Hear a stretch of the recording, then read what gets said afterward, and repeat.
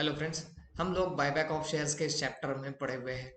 First video में हम लोगों ने बायबैक का मीनिंग, बायबैक के रीजंस और बायबैक के प्रॉब्लम्स कैसे कैसे आएंगे इसके बारे में डिस्कशन किया था।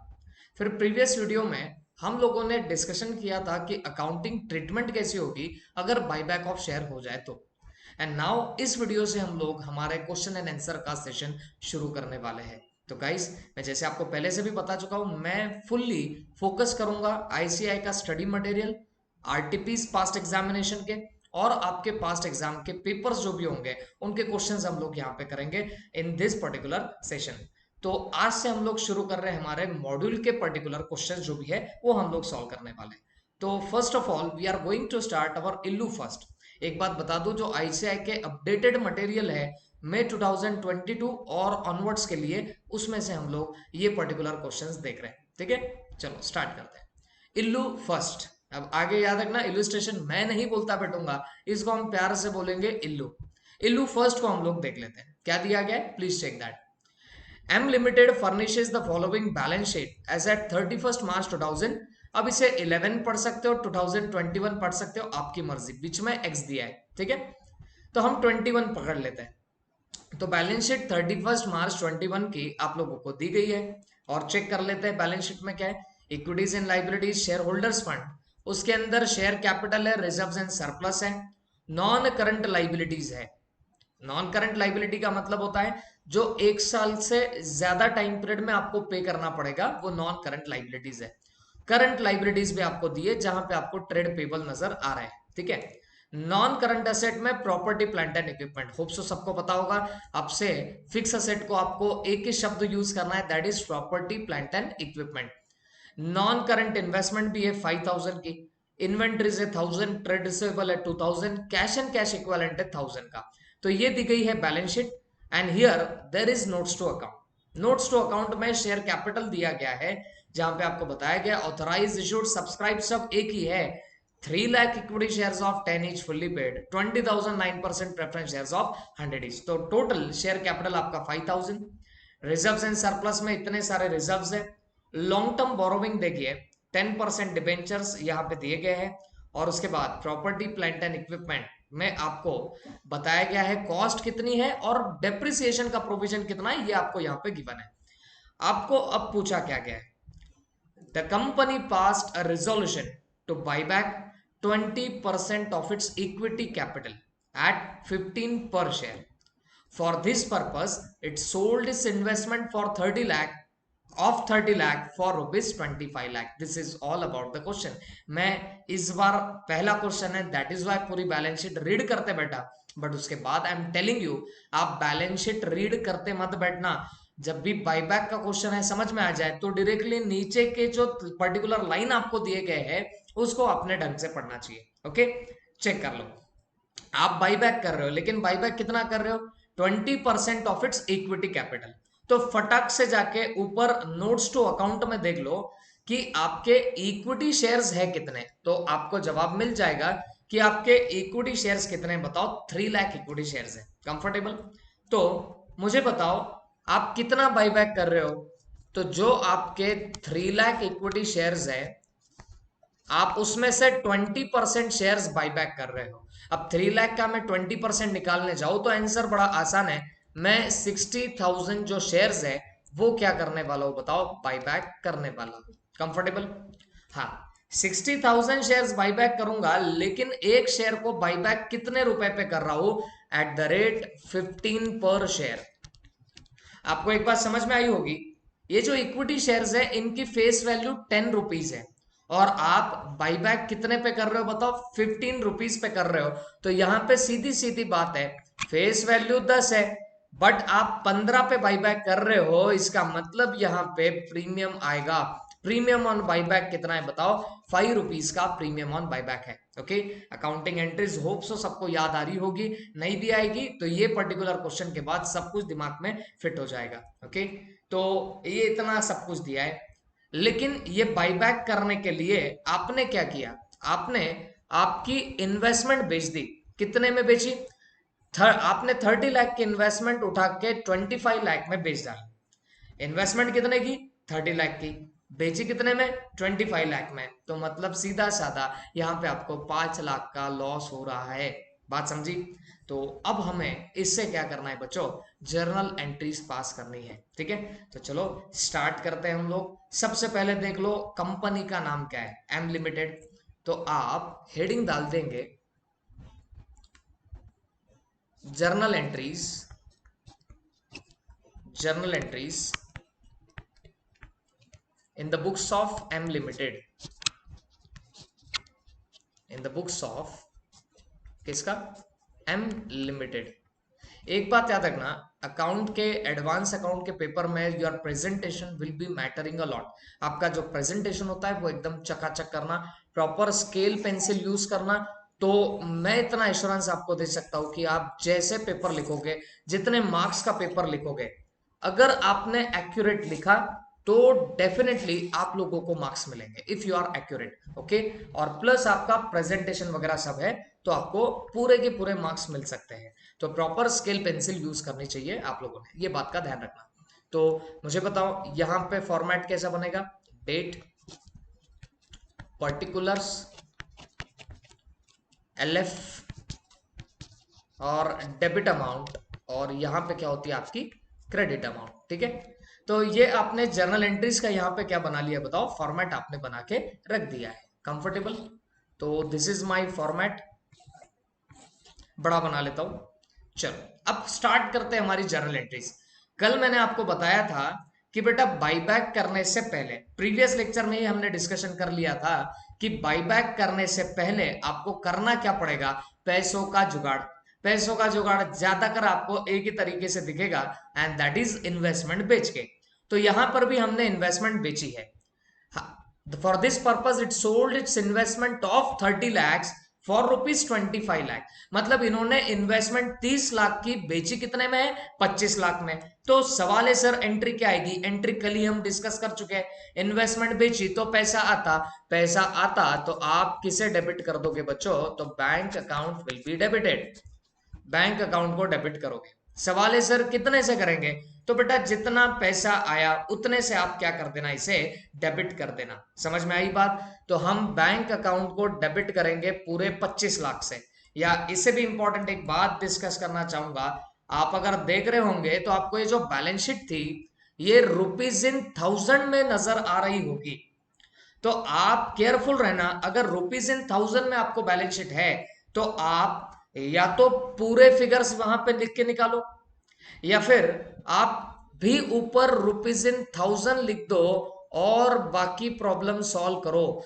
This is very important because I am telling you guys, अगर आप ये रुपीज इन थाउजेंड नहीं लिखते हो और बैलेंस शीट के गिवन फिगर उठा के डालते हो तो आपको प्रॉब्लम का एक भी मार्क नहीं मिलेगा। इस बात का ध्यान रखना, बिकॉज बैलेंस शीट में ऊपर रुपीज इन थाउजेंड इसके लिए लिखा है बिकॉज आपने अमाउंट्स को शॉर्ट किया है, और आप ऊपर रुपीज इन थाउजेंड लिखे बगैर बैलेंस शीट की ये फिगर्स उठा के लिख दोगे तो आपको कतई मार्क नहीं मिलेगा। तो दिस इज वेरी इंपॉर्टेंट, आप ऊपर रुपीज इन थाउजेंड लिखो, या अल्टरनेटिवली आप फुल अमाउंट पे भी एंट्रीज पास कर सकते हो, ये आपकी मर्जी है। समझ में आए? मैं फिलहाल रुपीज इन थाउजेंड लिख देता हूं। ठीक है, तो मुझे बताओ इन्वेस्टमेंट कितने में बेची? तो हमने क्वेश्चन में देख लिया था investment was sold for 25 lakh rupees. Okay, तो 25 लाख रुपीज में आपने सेल करी है इन्वेस्टमेंट, तो मैं रुपीज इन थाउजेंड में लिख रहा हूं, दैट इज वाई यहां पे कितना लिखूंगा? 2500। ठीक है, होप सो सबकी समझ में आया होगा। लेकिन इन्वेस्टमेंट कितने की बेची?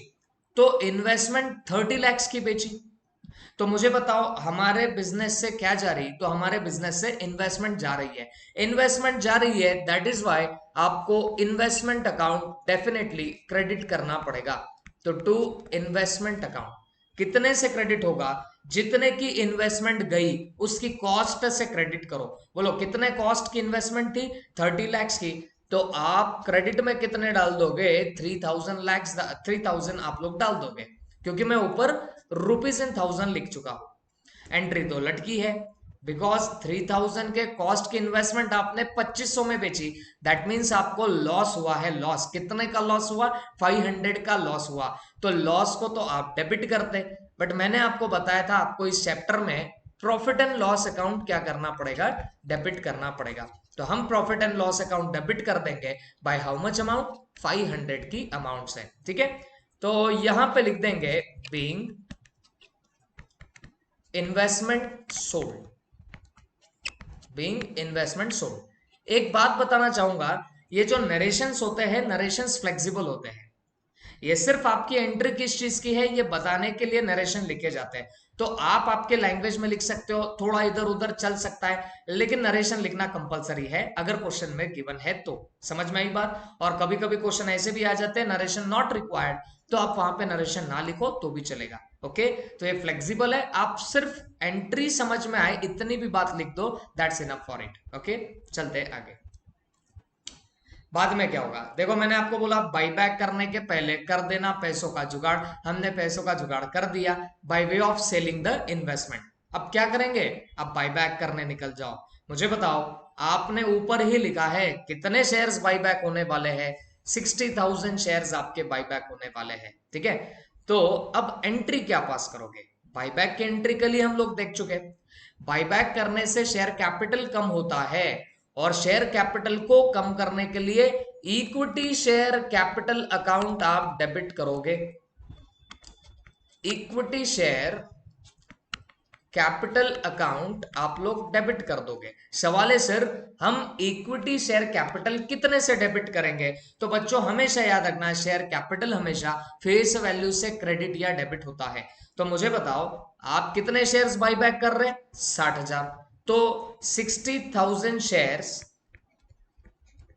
लेकिन फेस वैल्यू लिखनी पड़ेगी। नो डाउट आपके ये 60,000 शेयर 15 के भाव से बाई बैक हो रहे हैं, बट आपको तो भाई शेयर कैपिटल को फेस वैल्यू डालनी पड़ेगी। तो हम मल्टीप्लाई बाय कितना करेंगे बताना, ₹10 के साथ में मल्टीप्लाई करेंगे। तो please tell me, equity share capital को आपने डेबिट कितना कर दिया, तो आंसर मिलेगा 6 लाख।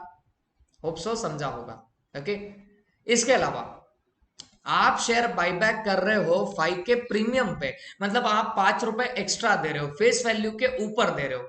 आपको नहीं लगता आपके लिए लॉस है, तो लॉस है तो हम क्या करते हैं, लॉस को डेबिट कर दे। तो आप क्या करोगे, premium on buyback of share account debit, या शॉर्ट में लिख देता हूं, premium on buyback account debit. Okay, अच्छा कितने से होगा, 60,000 शेयर्स बॉट बैक हुए हैं और उस पे प्रीमियम ₹5 का है, तो टोटल 3 लाख रुपए से आप समझ के लेना आप इसे डेबिट करने वाले हो। ओके, हाँ लेकिन मैंने जैसे आपको बताया कि क्योंकि ये जो पर्टिकुलर प्रॉब्लम आप ₹1000 में सॉल्व कर रहे हो, तो डेफिनेटली मुझे 3 जीरो निकालने पड़ेंगे।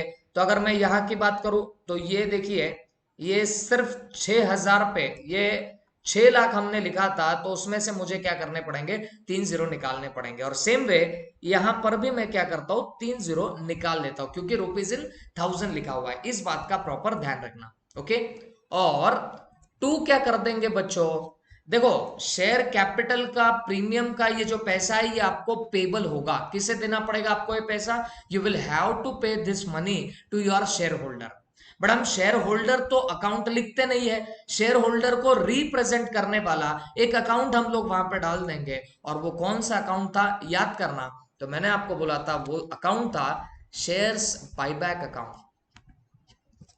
शेयर बाईबैक अकाउंट कितने से होगा, जितने पैसे देने बाकी उतने से क्रेडिट हो जाएगा। तो हमें कितने देने बाकी है, 900, तो 900 से शेयर बायबैक क्या हो जाएगा, क्रेडिट हो जाएगा।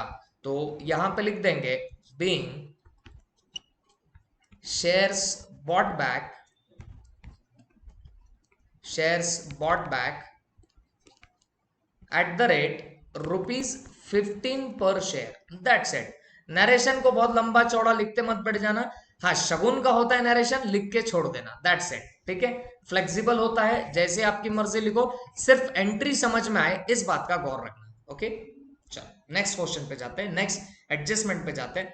अब बाईबैक की आपने एंट्री तो पास कर दी, बट मुझे एक बात बताओ, ये जो आपका शेयर बाईबैक है जिसको आपने क्रेडिट कर रखा है, ओके, जिसे आपने क्रेडिट कर रखा है, तो इसे तो पैसा देना पड़ेगा।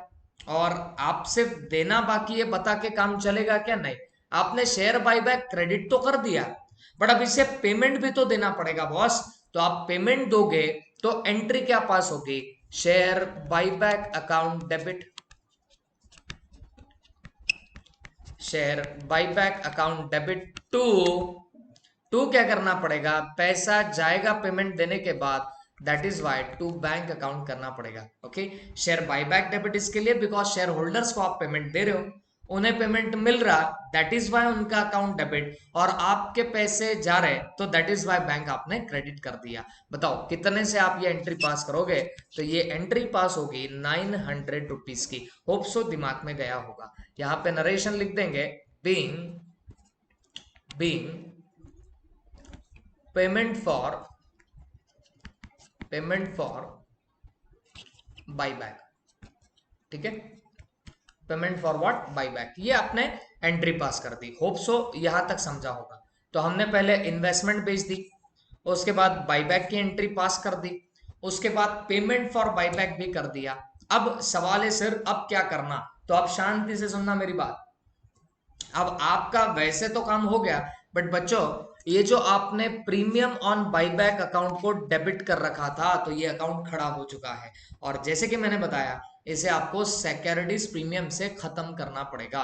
तो पहले तो चेक करो क्या आपके पास सिक्योरिटीज प्रीमियम है, तो चेक करो रिजर्व्स एंड सरप्लस में सिक्योरिटीज प्रीमियम अवेलेबल है, और कितना अवेलेबल है, 500 का अवेलेबल है, और आपने प्रीमियम कितना किया है, 300। तो क्या वो 500 300 को उड़ा सकता है क्या, जवाब है जी हाँ।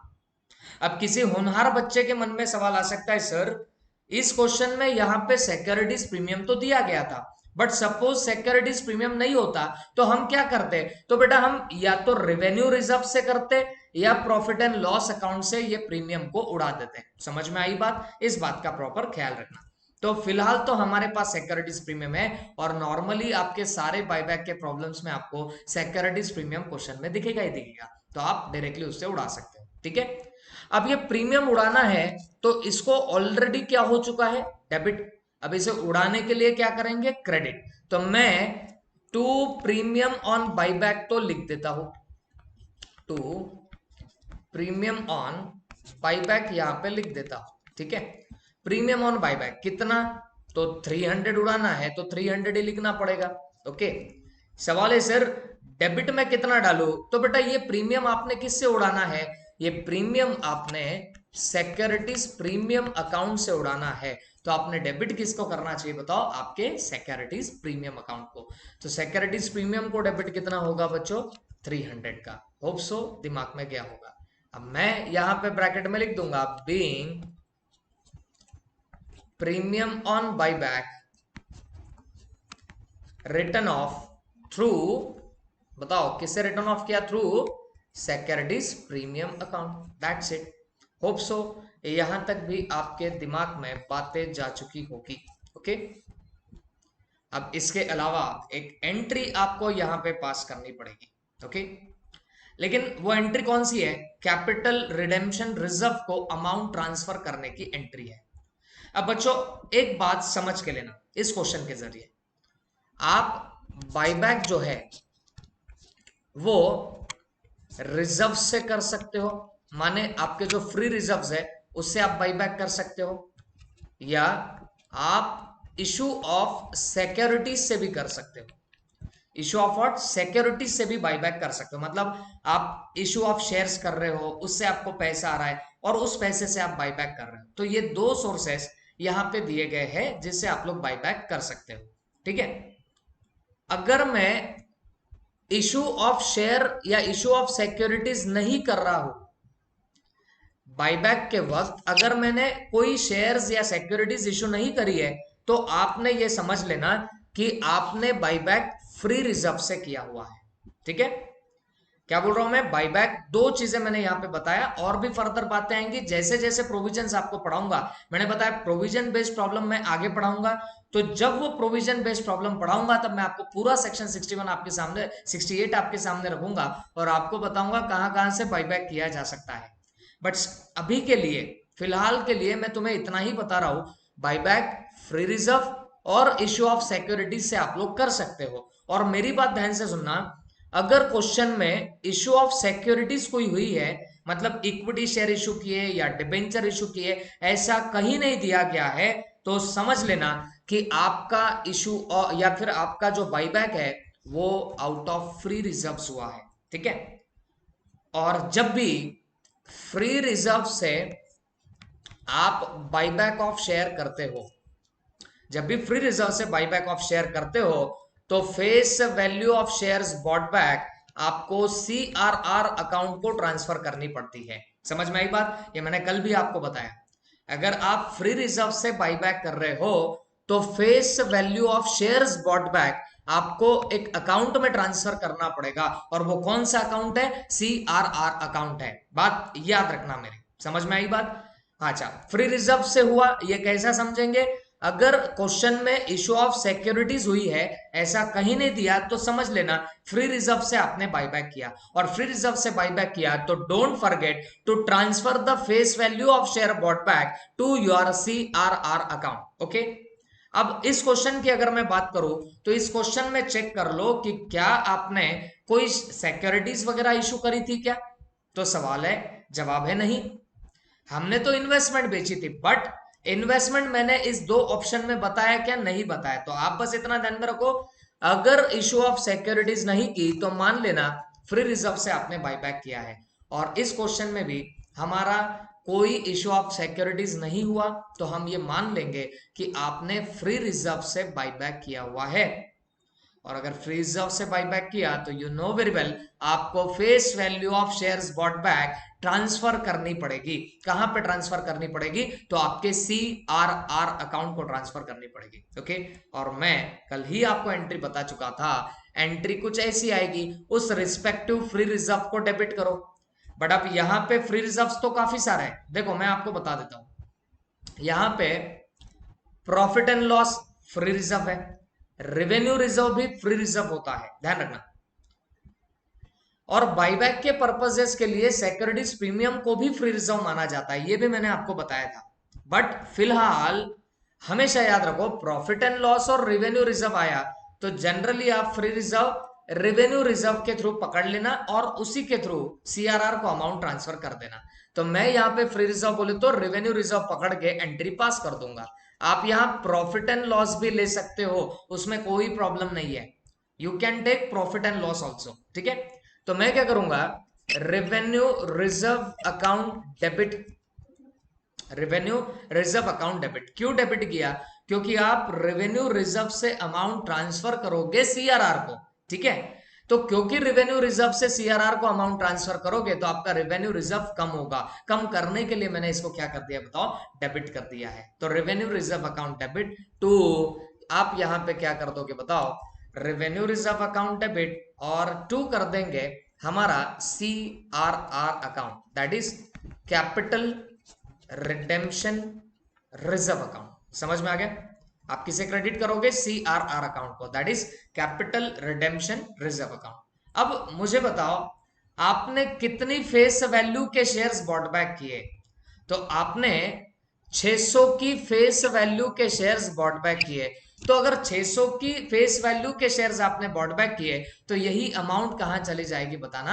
आपके सीआरआर को। ठीक है, तो यहां पे हम लोग क्या करेंगे? Revenue reserve account debit to CRR account, capital redemption reserve account. और ये कितना डाल देंगे बताओ? 600 600, दैट्स इट। और यहां पे एक नरेशन दे देना, बीइंग, हाँ क्या बीइंग?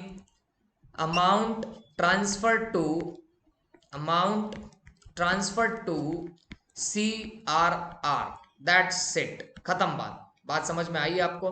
तो ये रहा आपका पूरा ये पर्टिकुलर प्रॉब्लम, ये हुई आपकी जर्नल एंट्रीज। बट इतना पक्का बोल दो, ऐसा क्वेश्चन कभी एग्जाम में नहीं आएगा। ये तो सिर्फ जर्नल एंट्री बेस्ड क्वेश्चन था। हाँ, एक बात बता सकता हूं आपको, क्वेश्चन की वैरायटी ऐसी होती, बट सिर्फ जर्नल एंट्रीज पे क्वेश्चन दिखता ही नहीं है।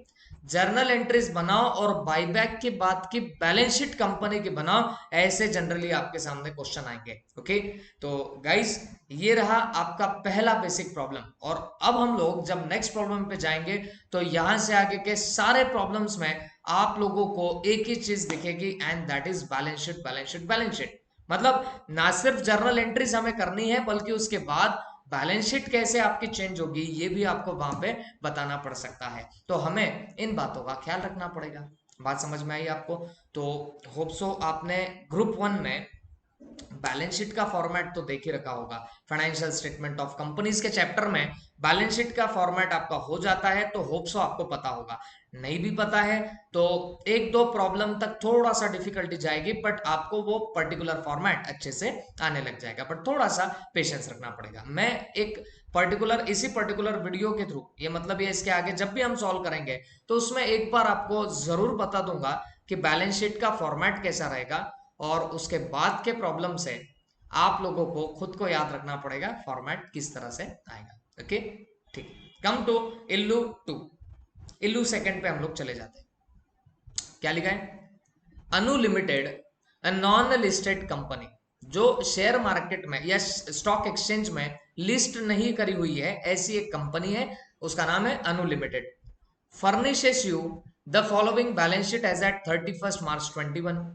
और यहाँ रुपीज इन क्रोर्स दिए गए हैं, तो आप जब भी आपकी बैलेंस शीट या जर्नल एंट्रीज बनाओगे तो आपने भी रुपीज इन क्रोर्स लिखना कंपलसरी हो जाएगा। ओके, ध्यान रखना। अब मैंने जैसे बताया बैलेंस शीट पढ़ने की जरूरत नहीं है बॉस, डायरेक्टली आओ क्वेश्चंस पे। तो क्वेश्चन देख लो क्या दिया गया है।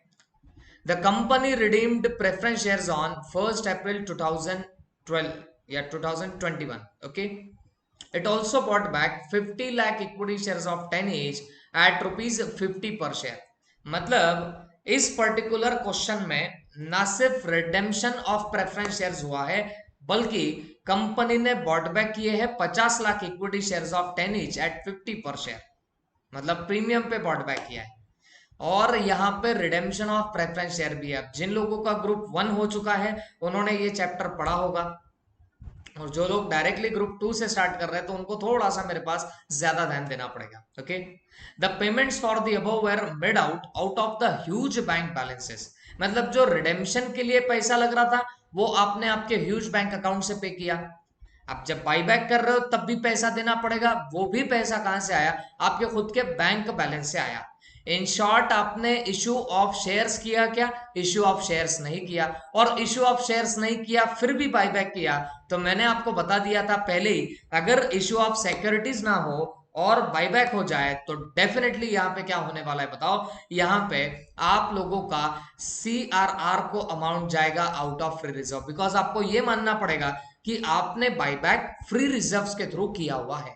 होप सो समझ में आया होगा। ठीक है, अब यहां पे आपको पूछा क्या गया? आपको जर्नल एंट्रीज पूछी है, और ना सिर्फ जर्नल एंट्रीज बल्कि आपको बैलेंस शीट भी बनाने को बोला गया है ऑफ 1/4/2011 या 21। ओके, तो बच्चों बस क्वेश्चन को सॉल्व करना है। ठीक है, अब यहां पे एक बार चेक कर लीजिए कंपनी का नाम अनु लिमिटेड। तो हम फॉर्मेट बना लेते हैं। सबसे पहले journal entries, journal entries in the books of Anu limited. ठीक है, अब यहां पे बना लिया जाएगा एक फॉर्मेट, आप भी बना लीजिए। मैं जैसे बता रहा हूं प्रॉपर पेन पेंसिल ये जरूरी है ताकि ये फॉर्मेट की आपको हैबिट लग जाए।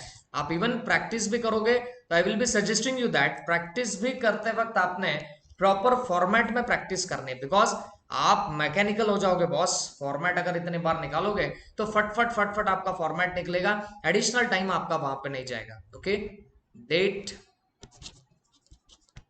पर्टिकुलर्स, LF, डेबिट अमाउंट, और यहां पे क्या बताओ? Credit amount. ठीक है, तो ये आप लोगों ने यहां पे उठा के डाल दिया है, तो ये बना format. And now we are going to solve it. Check करते हैं। Company redeem preference share. देखो मैंने आपको पहले से बताया था कि भाई बाईबैक करना है तो पहले पैसों का जुगाड़ करना पड़ेगा, बट कंपनी के पास तो पहले से पैसे हैं, तो क्या इन्हें फर्दर कोई इन्वेस्टमेंट बेचने की या इशू करने की जरूरत है क्या? नहीं है। ठीक है, तो आपकी वो एंट्री यहाँ पे नहीं आएंगी, इन्वेस्टमेंट बेचने की या शेयर्स इशू करने की, यहाँ पे एंट्री पास नहीं होगी। अब सवाल है, पहले कंपनी ने प्रेफरेंस शेयर्स को रिडीम किया है। रिडीम करने का मतलब होता है प्रेफरेंस शेयर्स के जो पैसे थे वो उन्हें रिटर्न कर दो और शेयर कैपिटल खत्म करो। कौन सी वाली? Preference share capital. अब एक बार चेक कर लो आपकी प्रेफरेंस शेयर कैपिटल है कितनी। तो ये है 75 करोड़।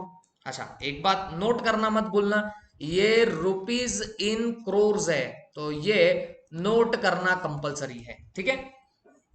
तो मुझे बताओ आपका प्रेफरेंस शेयर कैपिटल कितना है? 75 करोड़ का। तो आपने वो रिडीम किया। ओके, अब शांति से सुनना, प्रेफरेंस शेयर कैपिटल भी तो शेयर कैपिटल ही है जो लाइबिलिटी में दिखती है। और मैंने कल भी आपको बताया था जो लाइबिलिटीज के आइटम होते हैं उनको होता है आपका क्रेडिट बैलेंस। लाइबिलिटीज को कौन सा बैलेंस होता है? क्रेडिट बैलेंस होता है। तो अगर ये लाइबिलिटी को क्रेडिट बैलेंस है तो मुझे एक बात आप ही लोग बता देना कि लाइबिलिटी को क्रेडिट बैलेंस है और हम प्रेफरेंस शेयर्स को क्या कर रहे हैं? रिडीम। तो रिडीम कर रहे माने खत्म कर रहे हैं प्रेफरेंस शेयर्स को। और अगर मैं प्रेफरेंस शेयर्स खत्म करूं तो इसका मतलब मेरी लाइबिलिटी खत्म होगी। और लाइबिलिटी को खत्म करने के लिए मुझे क्या करना पड़ेगा? डेबिट, क्योंकि इसको ऑलरेडी क्रेडिट बैलेंस होता है। और क्रेडिट को खत्म करने के लिए मुझे क्या करना पड़ेगा? डेबिट करना पड़ेगा। होप सो समझा होगा। तो मुझे एक बात बताइए, आप यहां पे एंट्री कैसे पास करोगे? प्लीज चेक दैट कितना परसेंट प्रेफरेंस शेयर है? 12%। तो आप लिख दोगे 12% preference share capital account debit. 12% preference share capital account debit. Okay, बताओ कितने से डेबिट होगा? तो ये होगा 75 करोड़ से, ठीक है। ये होगा डेबिट 75 करोड़ से। अब इसका जो पैसा है, देखो प्रेफरेंस शेयर कैपिटल क्यों डेबिट किया? रीजन वाज वेरी सिंपल, क्योंकि आपका ये जो प्रेफरेंस शेयर कैपिटल है वो कम होने वाला है, वो कम करना है, इसके लिए हमने उसे क्या कर दिया? डेबिट कर दिया, ठीक है।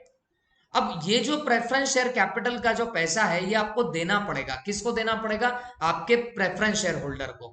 और क्योंकि उन्हें पैसा देना बाकी है तो उनका अकाउंट यहां पे क्रेडिट करना पड़ेगा। तो to preference shareholders account, okay, उनको देना बाकी है, that is why preference share holder का अकाउंट आप लोग क्या कर दोगे? क्रेडिट कर दोगे। और कितने से क्रेडिट कर दिया? 75 रुपीज से, 75 करोड़ से, ठीक है। यहां पे लिख देता हूं, being preference shares redeemed. Okay, preference shares आपके क्या हो गए? रिडीम्ड हो गए। अब आपने प्रेफरेंस शेयर होल्डर को क्रेडिट किया है, क्यों किया था? बिकॉज आप बता रहे हो कि उनको पैसा देना बाकी है, तो देना भी तो पड़ेगा उनको पैसा। क्या सिर्फ देना बाकी है बताने से काम हो जाएगा क्या? तो जवाब है नहीं होगा। You will have to pay them money also. तो जब आप उन्हें पैसा पे करोगे तो ये प्रेफरेंस शेयर होल्डर का जो अकाउंट क्रेडिट कर रखा है ये हो जाएगा डेबिट। तो हम यहां पे क्या लिख देंगे? Preference share holder account debit. Preference share holder account debit, बोलो कितने से डेबिट होगा? 75 से डेबिट हो जाएगा। और टू बैंक अकाउंट करना पड़ेगा, बिकॉज आपके पास से क्या जाएगा? पैसा, और पैसा जाएगा, that is why you are crediting it. तो preference share holder account debit to bank account, ये आप लोग एंट्री पास कर दोगे। और मैं यहां पे लिख दूंगा being payment to preference share holder, that's it. ये प्रेफरेंस शेयर्स के रिडेम्पशन का काम तमाम हो चुका है, ओके। और एक बात प्रेफरेंस शेयर्स को भी लागू होती है। जैसे मैंने आपको बताया कि बायबैक करना है तो रिजर्व्स और इश्यू ऑफ सिक्योरिटीज से कर सकते हो, तो वैसे ही प्रेफरेंस शेयर्स को रिडीम करना है तो आप रिजर्व्स माने फ्री रिजर्व्स या फिर आपके इशू ऑफ इक्विटी शेयर से आप प्रेफरेंस शेयर्स को रिडीम कर सकते हो। अगर किसी क्वेश्चन में इक्विटी शेयर इशू किए हुए हैं ऐसा नहीं दिया है तो आपने समझ लेना कि आप रिडेम्पशन फ्री रिजर्व से कर रहे हो, ठीक है। अब इस क्वेश्चन में भी देखिए कोई एडिशनल शेयर्स आपने इशू करे क्या प्रेफरेंस शेयर्स को रिडीम करने के लिए? तो नहीं, क्योंकि हमारे पास ऑलरेडी बैंक बैलेंस है। तो अगर आपने इक्विटी शेयर्स इशू नहीं करे रिडेम्पशन ऑफ प्रेफरेंस शेयर के लिए तो मान लिया जाएगा कि प्रेफरेंस शेयर रिडीम हुए हैं आउट ऑफ फ्री रिजर्व्स। समझ में आया? और प्रेफरेंस शेयर्स में भी सेम बाईबैक जैसा होता है कि अगर आप प्रेफरेंस शेयर्स रिडीम कर रहे हो आउट ऑफ फ्री रिजर्व, तो face value of your preference shares redeem, okay, face value of preference share redeem आपको ट्रांसफर करना पड़ता है। और कहां पे ट्रांसफर करना पड़ेगा? योर CRR अकाउंट को। I am repeating once again, preference share redeem कर रहे हो out of free reserves, okay, तो face value of preference shares redeem out of this free reserve should be transfer to CRR, that is capital redemption reserve. इसे आपको transfer कर देना पड़ेगा। समझ में आई बात? तो मुझे एक बात बताओ, यहां पर तो कोई आपने इक्विटी शेयर्स इशू करे ही नहीं थे for redeeming your preference shares.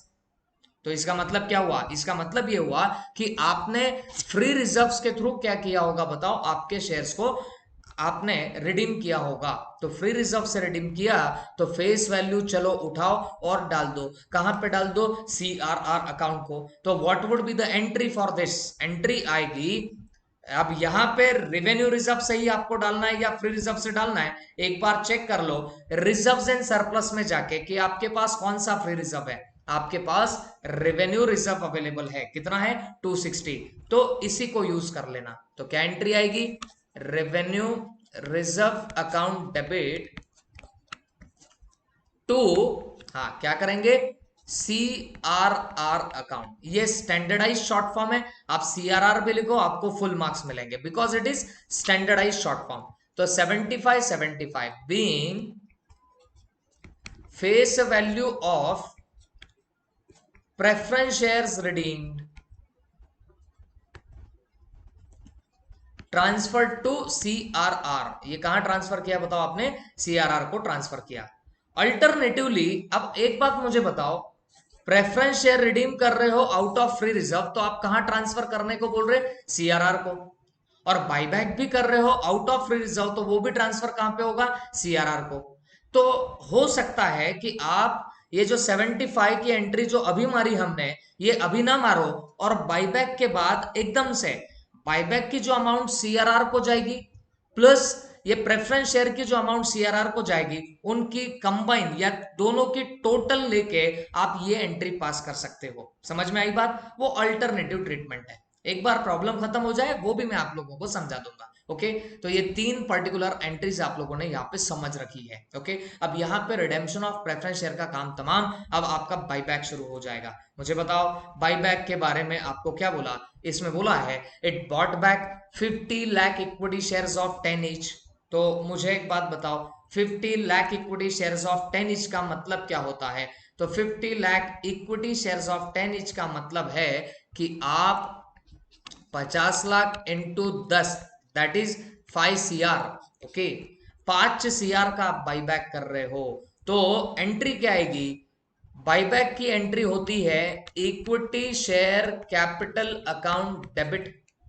लेकिन इक्विटी शेयर कैपिटल आपको भी पता है होता है डेबिट और क्रेडिट फेस वैल्यू से। तो मुझे बताओ, आपके 50 लाख शेयर है बट उसकी फेस वैल्यू तो 10 है, तो ये हुआ 5 करोड़। तो यहां पे सिर्फ 5 लिखना बिकॉज ऑलरेडी आप रुपीज इन करोड़ में लिख रहे हो। तो equity share capital account debit कितने से किया? 5 करोड़ से किया। और यू नो वेरी वेल, आप 50 रुपए पे बॉट बैक कर रहे हो। तो 50 पे बॉट बैक करने का मीनिंग क्या होगा कि आपकी 50 में से 10 तो क्या हो गई? Face value. और बचे हुए 40 क्या रहेंगे? वो रहेगा आपका प्रीमियम ऑन बाईबैक। ओके, तो मुझे बताओ 50 लाख शेयर्स पे 40 का आपका क्या है बताओ? प्रीमियम है। तो ये टोटल हो जाता है कितना? 2000 लैक्स। और 2000 लैक्स का मीनिंग अगर सिंपल सी भाषा में बोलूं तो ये कितना हो जाएगा बताओ? 20 CR, 20 करोड़ हो जाएगा। तो आप अब क्या करोगे? ये प्रीमियम जो दे रहे हो दैट इज योर लॉस। तो आप एंट्री क्या पास करोगे? Premium on buyback account debit. Premium on buyback account debit. बोलो कितने से डेबिट होगा? 20 से, बिकॉज ये आपके लिए लॉस है। और 2 क्या करना पड़ेगा बच्चों? 2 करना पड़ेगा आपको शेयर्स बाईबैक अकाउंट, क्योंकि शेयर बाईबैक को इसलिए क्रेडिट कर रहे हो बिकॉज हम शेयर होल्डर्स का नाम नहीं लिख सकते, उनके प्लेस पे शेयर बाईबैक लिख रहे हैं बिकॉज उन्हें पैसा देना बाकी है। और कितना पैसा देना बाकी है बच्चों, तो 25 करोड़ आपको उन्हें देने बाकी है। तो हमने ऐसी एंट्री यहाँ पर पास कर ली है, ठीक है। तो यहाँ पे मैं लिख दूंगा, और एक बात बता दूं, मैं सिंप्लिसिटी के लिए शॉर्ट फॉर्म लिख रहा हूं, आप कभी शॉर्ट फॉर्म यूज मत करना। CRR स्टैंडर्डाइज है, यहाँ पे यूज मत करना। तो यहाँ पे लिख देता हूं, being shares bought back, shares bought back, okay. Shares क्या हुए, बॉट बैक हुए, @ लिख सकते हो ₹50, ओके। ये हुई आपके, ये जो पर्टिकुलर शेयर्स है उनके बाईबैक की एंट्री। अब जरा सा हम लोग और आगे बढ़ जाते हैं, प्लीज ध्यान से देखना। अब शेयर बाईबैक तो कर लिया आपने, शेयर बाईबैक अकाउंट क्रेडिट किया, मतलब शेयर होल्डर्स को पैसा देना बाकी है, ऐसे आप लोग बता रहे हो। अब इन्हें एक्चुअल में पैसा देना भी तो पड़ेगा, तो जब पैसा देना है तो आप एंट्री क्या पास करने वाले हो बच्चों, share buyback account debit, share buyback account debit to क्या कर देंगे बताओ, बैंक अकाउंट, क्योंकि हमने पैसा दिया, पैसा बिजनेस से गया, that is why bank credit. Share buyback इसके लिए डेबिट, बिकॉज शेयर होल्डर को पैसा मिला, दे आर द रिसीवर। कितना पैसा मिलेगा उन्हें, 25 करोड़ रुपए, तो 25 करोड़ रुपए यहां पे लिख देंगे। तो being payment for buyback, payment for buyback, okay. तो बाईबैक का आपने पेमेंट किया, ऐसा आपने यहां पर लिख दिया है। होप सो ये भी बात सबके दिमाग में जा चुकी होगी, ठीक है। अब बच्चों मेरी नेक्स्ट बात का अच्छे से आप लोग ख्याल रखना। अब ये अगली बात कौन सी है, आपका ये जो प्रीमियम ऑन बाईबैक अकाउंट यहाँ पे डेबिट हो रखा है, जो आपने खड़ा करके रखा हुआ है, इसे उड़ाना पड़ेगा, इसे राइट ऑफ करना पड़ेगा। किससे किया जाता है, सिक्योरिटीज प्रीमियम से। बट पहले बैलेंस शीट के नोट्स टू अकाउंट में जाके चेक कर लीजिए कि क्या आपके पास में ये पर्टिकुलर सिक्योरिटीज प्रीमियम है क्या। तो जवाब है जी हाँ, 25 का ही सिक्योरिटीज प्रीमियम है, तो हम इसको उड़ा सकते हैं, ओके। तो हम 20 करोड़ रुपए उड़ा देंगे प्रीमियम के।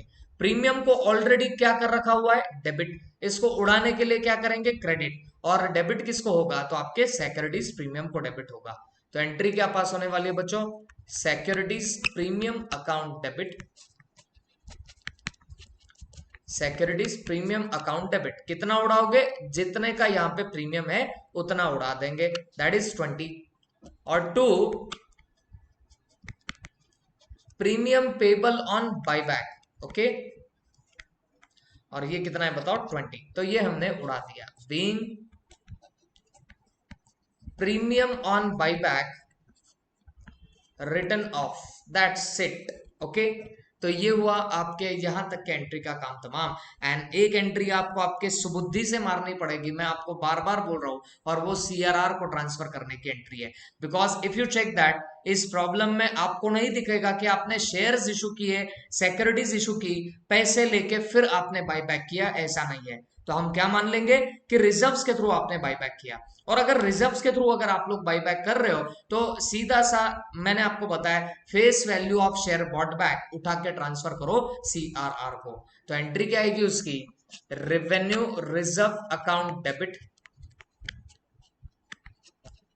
Revenue reserve account debit to capital redemption reserve account, इसको आप CRR भी लिख सकते हो।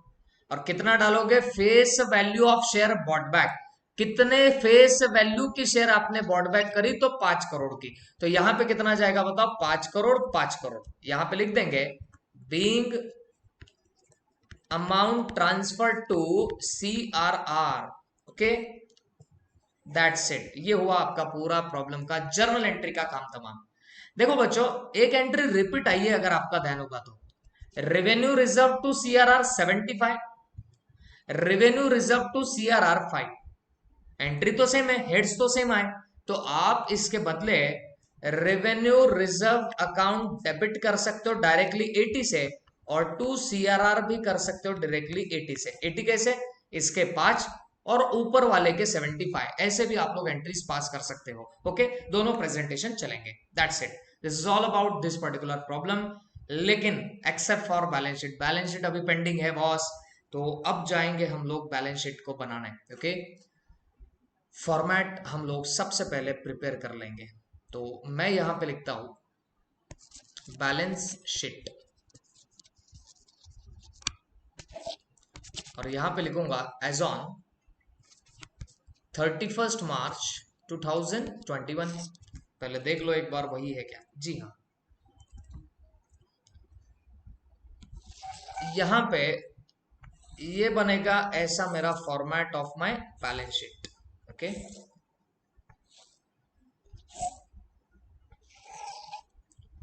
ये ना भी बनाओ तो चलेगा। ओके, और बनाया तो भी कोई प्रॉब्लम नहीं है। सीरियल नंबर, पर्टिकुलर्स, नोट, और यहाँ पे रुपीस, रुपीस या अमाउंट बोल सकते हो। और ये आपको भी पता है रुपीस इन क्रोर्स है, ये लिखना मत भूलना, बिकॉज मार्क्स ही नहीं मिलेंगे आपको। अब बैलेंस शीट में याद रखिए, ये वर्टिकल बैलेंस शीट है कंपनीज एक्ट 2013 की। तो इसमें सबसे पहले आता है equities and liabilities. Okay, equities and liabilities ये सबसे पहले आता है। और ये जो आपने इक्विटीज एंड लाइबिलिटीज लिख दिया, इसके बारे में मैं आपको बता दूं कि इक्विटीज एंड लाइबिलिटीज में आपके आएंगे दो चीजें। दो चीजें कौन सी? नंबर वन, आपकी यहां पर आती है सबसे पहले शेयर कैपिटल, और फिर नंबर टू आता है रिजर्व्स एंड सरप्लस। ठीक है, ये दो चीजें यहां पे आपको देखने मिलेगी, रिजर्व्स एंड सरप्लस। अब याद रखना, ये जो आपने शेयर कैपिटल लिखा है, इसका हमेशा आपको एक नोट्स टू अकाउंट बनाना पड़ेगा। नोट्स टू अकाउंट क्या होता है? जो यहां पे जो आपने शेयर कैपिटल लिखी, इसको एक्सप्लेन करने वाला जो एक नोट होगा, उसे नोट्स टू अकाउंट बोलते हैं। रिजर्व्स एंड सरप्लस के लिए भी ये नोट्स टू अकाउंट आपको बनाना पड़ेगा, तो उसके लिए 2 नंबर का नोट्स टू अकाउंट रहेगा। ठीक है, तो इक्विटीज एंड लाइबिलिटीज, और इसमें एक बात बताना रह गई, ये होता है शेयर होल्डर्स फंड। ओके, इसे क्या बोला जाता है बताओ? Share holders fund. और इस शेयर होल्डर फंड में दो चीजें आ गई, कौन कौन सी? एक तो शेयर कैपिटल और दूसरी reserves and surplus. Hope so समझा होगा। सेकंड नंबर पे आता है non current liability. Okay, in short, जो लाइबिलिटी को आपको जल्दी पे करने की जरूरत नहीं है, 1 साल से ऊपर के टाइम पीरियड पे जिसे पे करना है, उसे नॉन करंट लाइबिलिटी बोला जाता है। और उसका नंबर क्या आएगा? Second number. तो पहले एक बार चेक कर लो आपके इस पर्टिकुलर बैलेंस शीट में जाके कि कोई नॉन करंट लाइबिलिटी है क्या। तो देखो, share holders fund, share capital, reserves है, करंट लाइबिलिटी डायरेक्ट आ गया, तो नॉन करंट लाइबिलिटी आपके बैलेंस शीट में नहीं है। तो अगर नहीं है तो आप इसे स्किप कर सकते हो, बट अगर रहती तो हमें लिखना पड़ता। तो non current liability second number पे, और अगर वो नहीं होगी तो छोड़ सकते हैं। अब थर्ड नंबर पे आपका नॉर्मली करंट लाइबिलिटी आता है, बट यहां क्योंकि नॉन करंट लाइबिलिटी नहीं है तो मैंने उसे छोड़ दिया, तो दैट इज वाई मैं 2 नंबर पे यहां पे क्या लिखने वाला हूं? करंट लाइबिलिटी लिख दूंगा। ओके, अब इसमें जो जो फिगर्स आएंगे वो देखते जाएंगे। मैं आपको ट्रिक भी बताऊंगा कि कैसे बैलेंस शीट बनाई जाती है। ओके, और यहां पे फिर आपकी टोटल आ जाएगी। बस 3 आइटम होते हैं आपके लाइबिलिटीज में। ठीक है, share holders fund, non current liability, current liability, 3 item रहेंगे। ठीक है, फिर आती है बात असेट्स की। असेट में पहले लिख दिया जाता है असेट्स, फिर असेट्स में लिखा जाता है नॉन करंट असेट। ओके, जो लॉन्ग टर्म असेट है उसको नॉन करंट असेट बोलते हैं। उसके अंदर आपको लिखना पड़ता है property, plant and equipment. Property, plant and equipment, ये उसके अंदर आता है। Comfortable? Property, plant and equipment आपके फिक्स असेट को बोला जाता है। जो आप पहले जिसे फिक्स असेट बोलते थे, अब उसको सोफेस्टिकेटेड लैंग्वेज में क्या बोलते हैं? Property, plant and equipment. लगा तो इसका नोट्स टू अकाउंट आप लोग बना सकते हो अगर इसकी डिटेल देनी है तो। प्रॉपर्टी, प्लांट एंड इक्विपमेंट में भी एक नंबर पे टेंजिबल असेट्स आती है, और 2 नंबर पे इनटेंजिबल आती है। अब क्योंकि यहाँ पे दूर दूर तक इंटेंजिबल है ही नहीं, तो आप इसे स्किप भी कर दो तो भी चलेगा। ओके, बट 2 नंबर पे इंटेंजिबल असेट आती है। और सेकंड नंबर पे आपको लिखना पड़ता है आपकी करंट असेट्स को। सेकंड पे क्या आएगी? आपकी करंट असेट्स यहाँ पे आ जाएगी। तो this is the format of your what balance sheet. Okay, और मैं यहां पे लिख देता हूं टोटल। ओके, अब मैं आपको समझाता हूं कि आपको कैसे बैलेंस शीट बनानी है। ध्यान देना, आज ये जो चीज समझ लोगे पूरे एडवांस अकाउंट में आपको ये यूजफुल होगा, क्योंकि एडवांस अकाउंट में आपको बैलेंस शीट ही बैलेंस शीट्स बनानी है। तो जो ट्रिक बता रहा हूं उसको ध्यान से समझ लेना, इससे कोई बैलेंस शीट ऐसे नहीं रहेगी जो टैली नहीं होगी। ओके, ध्यान से सुनो। देखो, जब भी आपको ओल्ड बैलेंस शीट दी है, फिर आपने कुछ जर्नल एंट्रीज मारी है, और उसके बाद आपको एक नई बैलेंस शीट बनाने बोला जाता है, तो हमेशा याद रखो पहले आपके सामने ओल्ड बैलेंस शीट को रखो। तो ये मेरे पास में ओल्ड बैलेंस शीट है। बताओ यहां पे शेयर कैपिटल कितना था, 100। अब इसके नोट्स टू अकाउंट में जाके बाइफर्केशन देख लेते हैं। 100 का बाइफर्केशन क्या था, रिडीमेबल प्रेफरेंस शेयर 75 के, इक्विटी शेयर 25 के। तो ऐसा मिला के शेयर कैपिटल कितना था बताओ, 100। अब क्या करना, अब रिडीमेबल प्रेफरेंस शेयर 75 है। अब आपकी जर्नल एंट्री में जाके चेक करो कि क्या आपने प्रेफरेंस शेयर कैपिटल को धक्का भी लगाया है क्या। तो आप बोलेंगे सर जी हाँ, हमने पहली ही एंट्री में उसे टच कर दिया। तो मुझे बताओ आपने प्रेफरेंस शेयर कैपिटल को क्या किया था, तो आपने उसे डेबिट कर दिया था। प्रेफरेंस शेयर कैपिटल लाइबिलिटी में पड़ी थी 75 की, इसको था क्रेडिट बैलेंस, बट आपने उसे डेबिट कर दिया। तो 75 से डेबिट कर दिया, credit 75 debit 75, preference share capital खत्म हुई। याद रखिए। और वैसे भी आपको समझा होगा, आपने रिडेम्पशन ऑफ प्रेफरेंस शेयर किया तो प्रेफरेंस शेयर्स खत्म हो गए हैं। अब जब नई बैलेंस शीट बनाएंगे तो नई बैलेंस शीट में प्रेफरेंस शेयर्स नहीं आएंगे, ये 75 के। होप सो समझा होगा। शेयर कैपिटल में दूसरा आइटम कौन सा है, इक्विटी शेयर्स। इक्विटी शेयर्स कितने के थे, 25 के, 25 करोड़ के।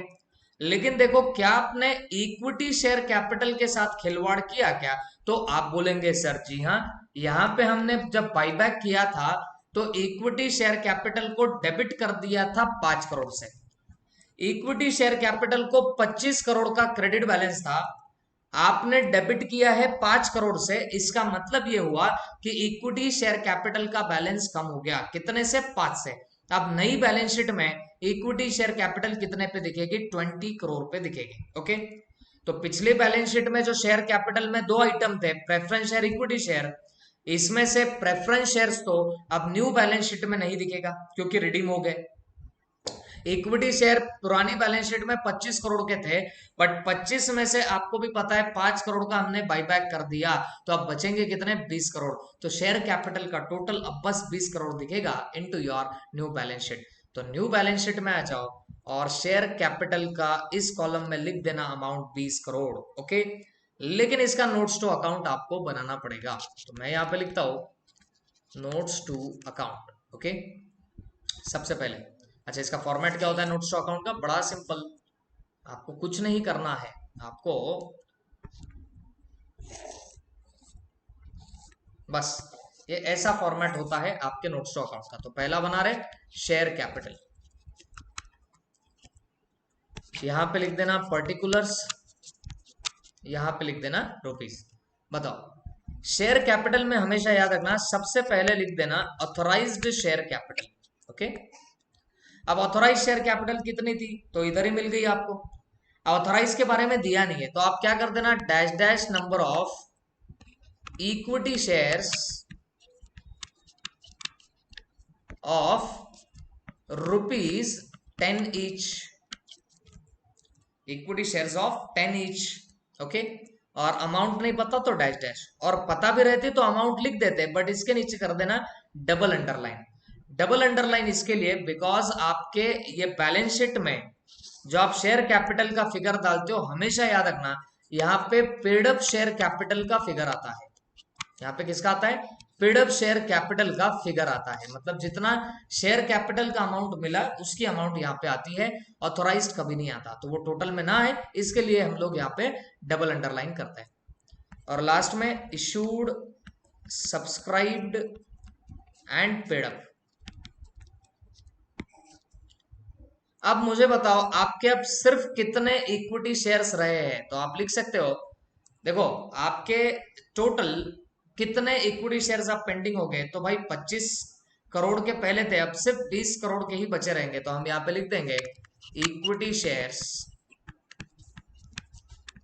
Of ₹10 each. बस इतने ही आपके इक्विटी शेयर्स पड़े, तो ये कितना हो जाएगा 20 करोड़। और यहाँ पे मैं टोटल लेते वक्त भी यहाँ पे कितना लिखूंगा 20। और ये बनाना कंपलसरी रहेगा, इस बात का ख्याल रखो। तो मैं ऑलरेडी यहाँ पे शेयर कैपिटल में कितना डाल चुका हूँ, 20 करोड़ डाल चुका हूँ, ठीक है। अब बात आई रिजर्व्स एंड सरप्लस की, या पुरानी बैलेंस शीट में आ जाइए, ठीक है। तो शेयर कैपिटल का जो काम करना था हमने कर दिया। अब नया आपका आइटम यहाँ पे क्या है, रिजर्व्स एंड सरप्लस। बताओ रिजर्व्स एंड सरप्लस कितना है, 300। अब इसके एक बार नोट्स टू अकाउंट में आ जाते हैं। ये नोट्स टू अकाउंट में आ गए।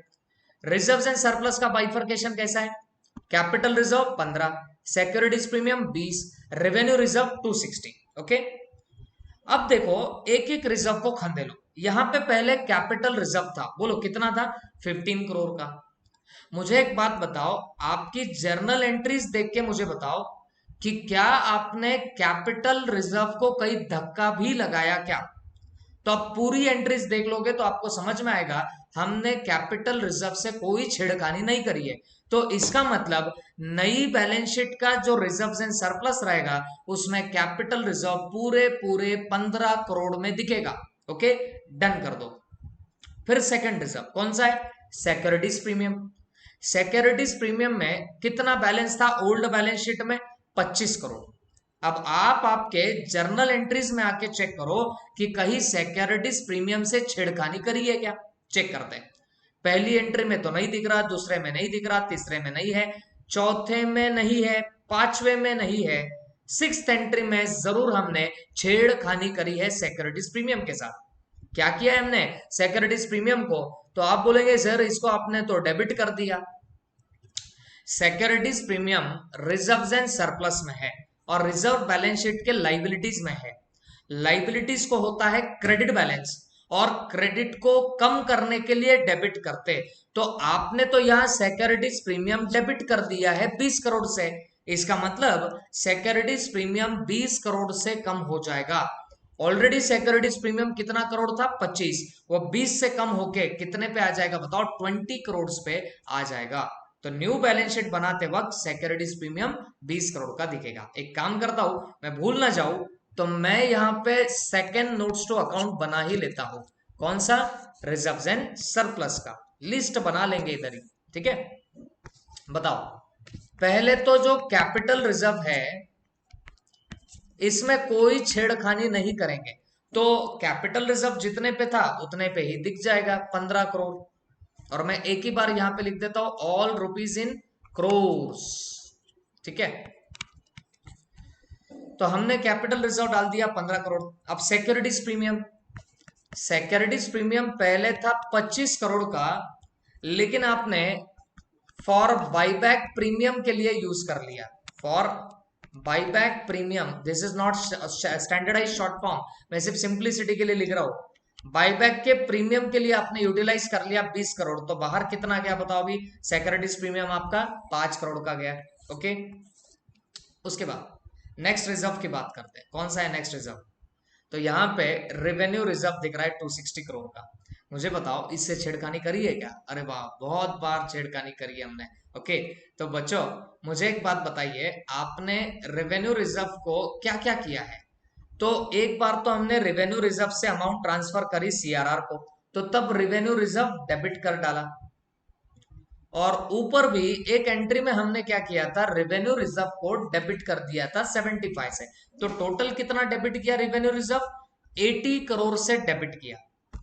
रेवेन्यू रिजर्व रिजर्व में है, रिजर्व लाइबिलिटी में है, लाइबिलिटी को रहता क्रेडिट बैलेंस, और अगर आपने उसे डेबिट कर दिया है तो उसका बैलेंस कम हो जाएगा। तो रेवेन्यू रिजर्व 260 का था, बट आपने 80 से क्या किया है, उसे डेबिट किया है, तो आपका रेवेन्यू रिजर्व का अमाउंट कम हो जाएगा। तो मैं यहां पे लिख देता हूं रेवेन्यू रिजर्व के बारे में।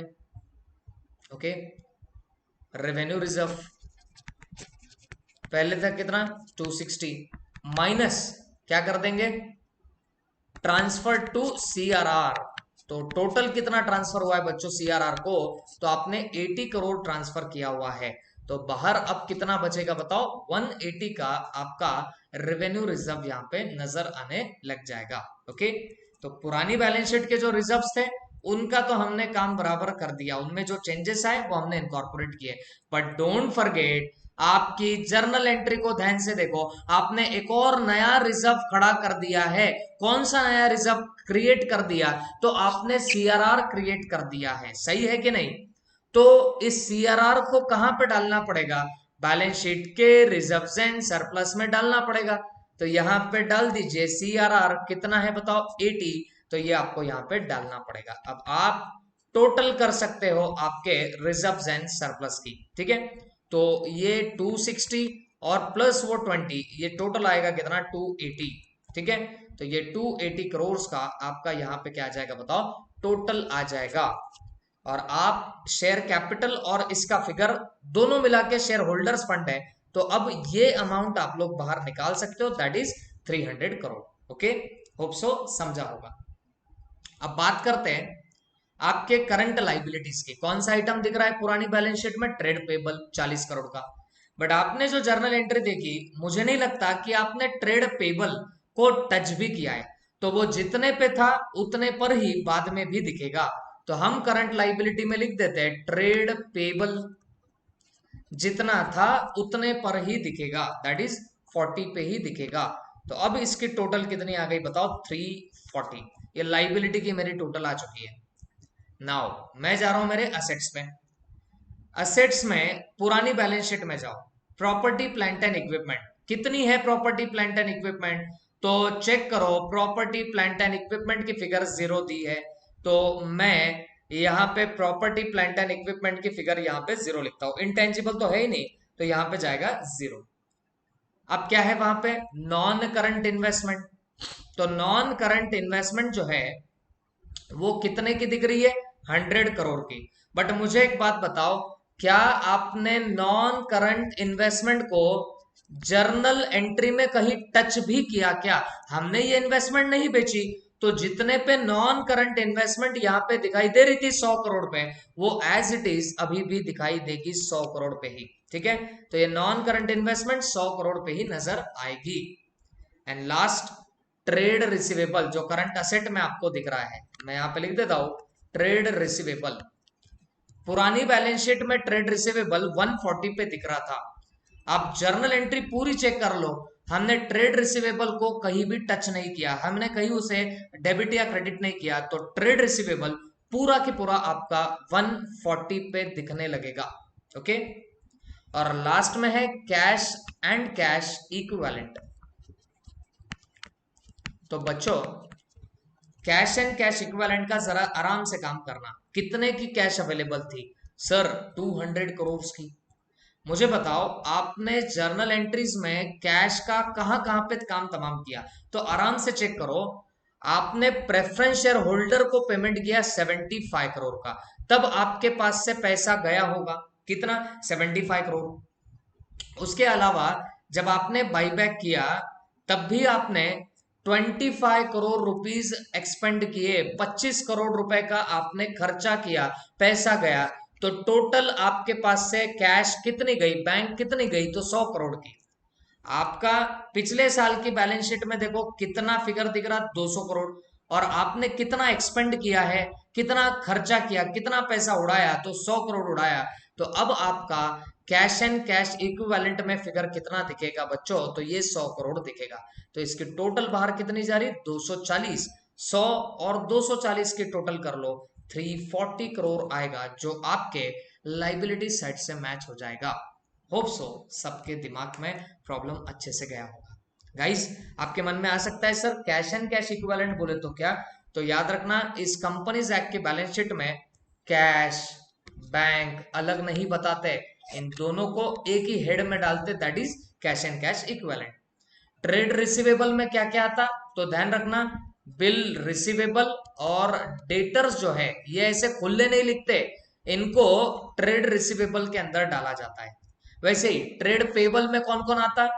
क्रेडिटर्स आता, बिल्स पेबल आता, किसके अंदर? आपके ट्रेड पेबल के अंदर। ये बातें अच्छे से याद रखो। And this was all about this particular problem.